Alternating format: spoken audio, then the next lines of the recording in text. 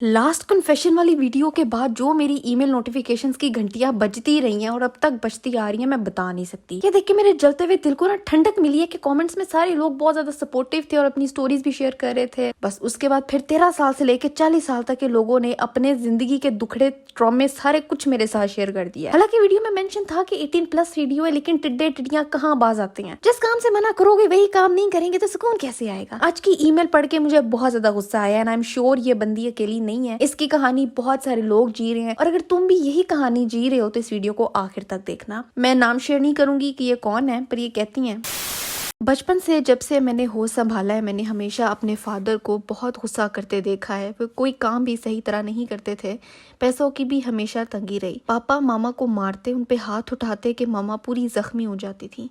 जब मुझसे थोड़ी सी भी गलती हो जाती और मुझे भी मारते बहुत बुरे तरीके से, कि बहुत बार तो बचपन में स्कूल में मुझे मेरे क्लास फेलोज पूछते कि ये मुंह पर निशान कैसे हैं तुम्हारे, नील पड़े हुए होते थे मेरे। I have gone through a lot of mental trauma. हमेशा मामा पापा की लड़ाई, मामा का मार खाना, फिर घर छोड़ के चले जाना। हम बच्चे पीछे रोते रहते थे, मैं और मेरा छोटा भाई। फिर मामा के घर वालों ने मामा को समझाना कि नहीं, अपना घर बसाओ, माफ कर दो, और पापा का माफी मांगना कि आइंदा नहीं होगा। पर हमेशा फिर से वैसा ही होता था। एक लूप क्रिएट हो चुका था जो मैं बचपन से देख रही थी, और ये देख के मुझे मेरे फादर से नफरत हो गई। वो मुझे भी मारते थे और हर छोटी बात पर, कि मैं बहुत बार मुंह पे फाउंडेशन लगा के जाती थी, मेरे मुंह के निशान नजर ना आए। पर मेरे भाई को कभी नहीं मारा, शायद वो लड़का था इसलिए। जब मैं 18 की हुई, आई टुक स्टैंड फॉर माई सेल्फ। छोटी सी एक बात हुई, मेरे फादर ने मुझे थप्पड़ मारा बहुत जोर से, और मेरी तरफ एक डंडा लेकर आ रहे थे मुझे मारने के लिए। मेरे पास एक नाइफ पड़ी हुई थी, मैंने वो उठाई जस्ट फॉर सेल्फ डिफेंस। मेरा मकसद सिर्फ उन्हें डराना था, और कहा कि अगर आपने मुझे मारा तो अच्छा नहीं होगा। और उन्होंने 2 कदम पीछे लिए। ही वाज शॉक्ड कि क्या हो गया। आई रियलाइज्ड कि वो डर गए थे, और उस वक्त मुझे एहसास हुआ कि दुनिया सिर्फ कमज़ोर को ही दबाती है। उसके बाद 2 साल तक मेरे फादर ने ना मुझ पे और ना मेरी मामा पे हाथ उठाया, क्योंकि मैं वार्निंग दे चुकी थी कि बच्चा नहीं होगा। पर मेरे फादर ने हर जगह रिश्तेदारों के घर जा जा के मशहूर कर दिया कि ये बहुत बदतमीज़ है, मेरी इज्जत नहीं करती। पर मैंने लोगों की परवाह करना छोड़ दी। उसके बाद लॉकडाउन में मामा पे दोबारा हाथ उठाया मेरे फादर ने। वो गला दबा रहे थे मामा का। मैंने बहुत रो रो के कहा कि छोड़ दे, मैं भीख मांगती हूँ, पर उन्होंने नहीं छोड़ा। फिर मैंने उन्हें पीछे धक्का दिया और मामा का गला छुड़वाया। मेरा भाई भी वाइपर लेके आ गया कि मामा को हाथ नहीं लगाना। फादर ने मुझे बहुत बुरा भला कहा और बद्दुआ भी दी और नाफरमान कहा। मेरी मामा डिप्रेशन में चली गई थी। इसके बाद मेरा दिल चाहता है कि मैं सुसाइड कर लूं, पर अल्लाह ने बचा लिया, अटेम्प्ट नहीं की। इन सब के बाद पापा ने मामा को तलाक की धमकियां भी दी, और एक दिन मैं जब पापा के पीछे बाइक पे बैठी थी तो मुझे बीच सड़क पर गुस्से में बाइक से भी गिरा दिया, और फिर मारने को आए। वहां लोग इकट्ठे हो गए, उन्होंने मुझे मार पड़ने से बचाया।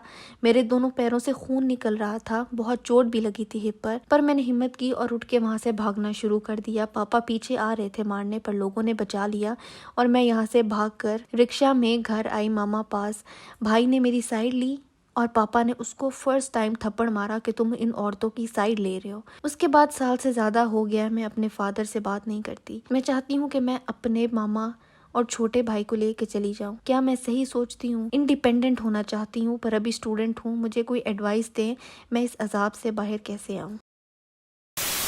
ये 18-19 साल की लड़की की स्टोरी है। मुझे कोई ये समझाए, ऐसी सिचुएशन में जहाँ मियाँ बीवी को पीटता है और रेगुलर बेसिस पे मारपीट होती है, उस खातून के वली आकर उसके साथ क्यों नहीं खड़े होते। निकाह के वक्त लड़की की तरफ से वली का होना जरूरी होता है। वो इसीलिए होता है कि कल को जिस आदमी से बेटी या बहन की शादी करवाई जा रही है, कल को वो जानवर निकल आया तो यही भाई और अबू अपनी बेटी के साथ खड़े होते हैं और दामाद से पूछते हैं कि भाई क्या मसला है, इसलिए बेटी दी थी तुम कि तुम इसकी चटनी बनाओ इधर बैठ के। लेकिन मैंने देखा कि यहाँ पे तो हाल ही अलग है। मार खा के अगर औरत मायके चली भी जाए तो मायके वाले वापस भेज देते हैं कि सब्र करो। क्यों सब्र करो, किस लिए सब्र करो? जब बेटी के लिए फैसले मिलजुल के लेते हो तो बाद में बेटी को अकेला क्यों छोड़ देते हो? मुझे कोई ये समझा दे। और फिर बेटी को इतना इंडिपेंडेंट भी नहीं बनाते कि कल को वो अगर इस गटर में गिर पड़े, फंस जाए तो वो अपना बोझ खुद उठा ले, बाहर निकल जाए इस अब्यूजिव टॉर्चर रिश्ते से, और अपने आप को, अपने बच्चों को आराम से एक रीजनेबल लाइफ दे सके। पूरी जिंदगी लड़कियों को मुर्गियों की तरह दरबे में बंद करके रखो, और फिर जब अब्यूजिव शोहर पल्ले बढ़ जाए तो उसको उसके हाल पे छोड़ दो और सारा ब्लेम डाल दो नसीबों पे। ना एजुकेशन दो, ना करियर बनाने दो। अब वो खुद भी मार खाती है, अपने बच्चों को भी पिटता देखती है, और बच्चे जब ये घर के अंदर रेसलिंग देख के बड़े होते हैं तो उनकी ब्रेन डेवलपमेंट में क्या असर होता है इससे भी घंटा किसी को फर्क नहीं पड़ता। ट्रॉमे दे के बच्चों को भी मार पीट करके बड़ा करो ताकि यहाँ तो वो डरे से हमें जिंदगी गुजार दे, यहाँ पे खुद बड़े हो के अपने बाप से ज्यादा बड़े अब्यूजर बने। तंग आकर अगर फाइनली बच्चे अपने लिए अपनी माँ के लिए स्टैंड लेते हैं तो वो फिर औलाद भी बुरी बन जाती है। इवन दो अब्बा पर छुरी उठाना बिल्कुल गलत था, नहीं करना चाहिए था ये काम। जो भी है माँ बाप के साथ कोई भी बदतमीजी जस्टिफाइड नहीं हो सकती। अब मैं तो कहती हूँ कि इस सिचुएशन में फंसे हर इंसान को ये करना चाहिए कि अपने आप को अपने पैरों पे खड़ा करना चाहिए। छुप के चाहे खुलेआम कुछ भी करो, लेकिन खुद को कोई स्किल सिखाओ, फाइनेंशियली इंडिपेंडेंट बनो। ये ना सोचो कि अभी मेरी उम्र ही क्या है, मैं कैसे कमाऊं, जो मर्जी कह ले बंदा, लेकिन पैसा बहुत जरूरी है। हर इंसान या अगले इंसान के आगे डोरमैट सिर्फ इसलिए बना हुआ है क्योंकि उसके पास पैसे नहीं है। अब्यूजिव अब्बू को साथ साथ प्यार से समझाओ भी, हो सके तो उनकी काउंसलिंग भी करवाओ, उन पर गिव अप ना करो, लेकिन अपनी अम्मी और अपनी सिबलिंग्स के लिए कोई रास्ता भी निकालो। कोशिश पहले यही हो कि अब्बू को एहसास दिलाया जाए, अल्लाह करे वो समझ आए, वरना अगर हालात इस काबिल हुए कि अम्मी को एक सेपरेट जगह पे कंफर्टेबल लाइफ दी जा सके तो जरूर दो। देखो ना, अब इन हालात में बच्चों को वो जिम्मेदारियां निभानी पड़ जाती है जो जिम्मेदारियां उनकी होती भी नहीं है। It's really sad and heart breaking. अगर तुम इन सब से गुजर रहे हो या इस लड़की को कोई मशवरा देना चाहते हो तो नीचे कमेंट्स में लिखो। आई एम श्योर कि लड़की तुम सबके कमेंट जरूर पढ़ेगी, और अगर तुम्हारी कोई कन्फेशन है, कोई सीक्रेट है, तुम शेयर करना चाहते हो तो उसको यहाँ पे ईमेल कर दो। और आज के लिए बस इतना ही था। मैं मिलती तुमसे अगली वीडियो में एक नए टॉपिक के साथ।